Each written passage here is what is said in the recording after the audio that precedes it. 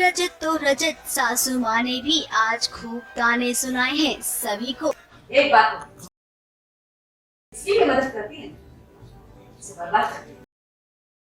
रिश्ते करती हूँ तुझसे। आज के बाद मेरे घर की किसी भी सदस्य की मदद मत करना। करवा चौथ के दिन रजत सभी की आंखों में आंसू दे गया। तुम मुझे सिखाओगे कि मुझे क्या करना चाहिए और क्या नहीं। तुम सिखाओगे मुझे, तुम बताओगे कैसे करते बिजनेस। मैं आइडिया दी तुमने क्या किया, पहले ही मना करा था मुझसे तुम्हें साथ लेकर करना चाहिए। अब क्या सभी की लाइफ कभी नॉर्मल होगी ही नहीं? हर दिन कोई नया बखेड़ा खड़ा हो जाता है।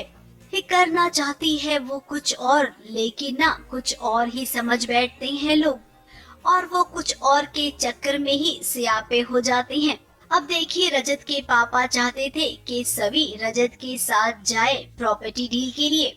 फिर सभी वहाँ पर गई और वो जानती थी कि रजत घाटे का सौदा करने वाला है, इसीलिए रजत को उसने रोका और उसके बाद जो हुआ वो तो आप जान। घर पर रजत लौटा और उसने कहा कि डील कैंसिल हो गई। अब अमन को फोन पर फोन आ रहा है।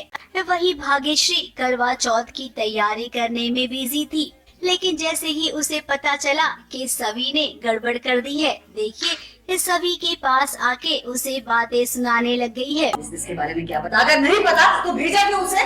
स्कूल टीचर है, वो भी बच्चों की। आपको हो भी नहीं रही। मतलब देखो, फ्रस्ट्रेशन तो उसे होगी क्योंकि उसके बोर्ड ऑफ डायरेक्टर्स जो हैं उनके कॉल्स आ रहे हैं, और अमन ने जैसे बताया कि शायद उससे रिज़ाइन भी ले लें वो, तो इस करके वो थोड़ा मतलब गुस्से में तो ऑब्वियसली होगा क्योंकि करोड़ों का नुकसान हुआ है, और वो उसका ब्लेम सभी पे कर रहा है और मुझ पे कर रहा है क्योंकि मैंने ही कहा था कि तू सभी को लेके जा। तो बस यही है, अब आके देखो क्या होता है। अब जब से तारा इस घर से गई है, फिर तब से भाग्यश्री बदल गई है। उसे लगता है कि सभी इस घर की दुश्मन है।